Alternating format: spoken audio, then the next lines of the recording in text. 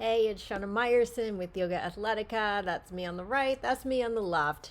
Yes, I have a shoulder injury and I am going back to basics. Here, I'm going to show you my modifications today. I have to say, this is my biggest accomplishment in a while, is being able to take my arms all the way up and touch my palms. You'll notice that when I go down, my right arm hurts, so I have to put it behind my leg. I have to fold it in, and then also when I come up, I can sometimes put my fingertips on the ground, sometimes not. Now, stepping back, this is a lot harder. Okay, I have to be really, really mindful. And once I get there, I have to try my darndest to keep everything super, super still in my arm. So I want to make sure that I'm not, once I find a place that works for my arm, that I do not compromise that arm position at all. That means that even when my legs start moving to get into the core work, I am not doing it at the expense of my arms. You'll see, I hope you can see that I am focusing very much on arm stability and keeping my body really, really still as I do this. Now, what's good about this is something I talk about all the time, which is transferring your energy from your arms to your, that's right, folks, core. By the way, excuse me that I'm wearing my pajama top.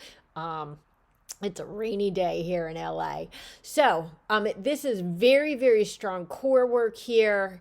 And now here's the fun part, getting down to the floor. So I take 5 breaths, 5 deep breaths.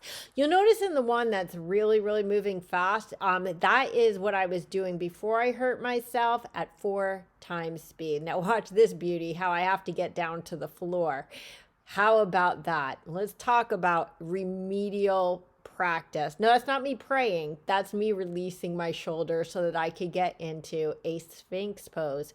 Sphinx has become a really, really good friend of mine. In fact, I was for a while just doing Sphinx and not even Cobra. I'm about 2 months into recovering. I just started putting Cobra back in, I think about last week. So you'll see that I'm a little bit tentative getting in, but once I get in, quite honestly, it turns out the Cobra is actually nice on my shoulder. So I wasn't sure if it was going to work. This isn't the first time I'm trying it in this video, but it turns out that it does work. I hope you notice how slowly and mindfully I'm working at every single moment, every inch, every centimeter. My job is to just make sure that nothing hurts.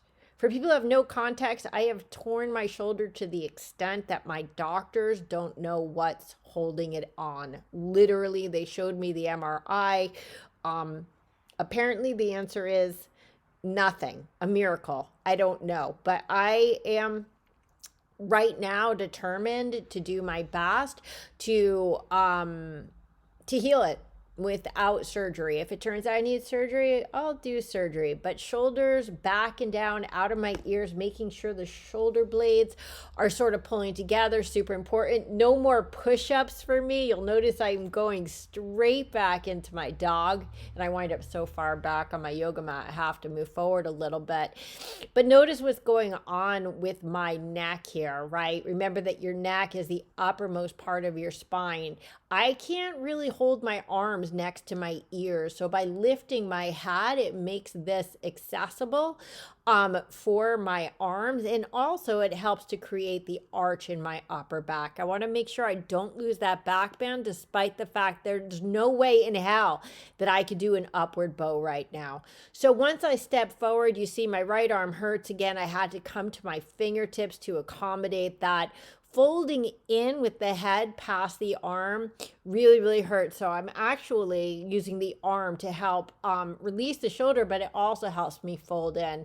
You know that I'm a fan of lifting up with your arms next to your ears. That's a no-go. And just taking my arms up is a very slow and mindful process, so I don't hurt anything. And I didn't hurt anything.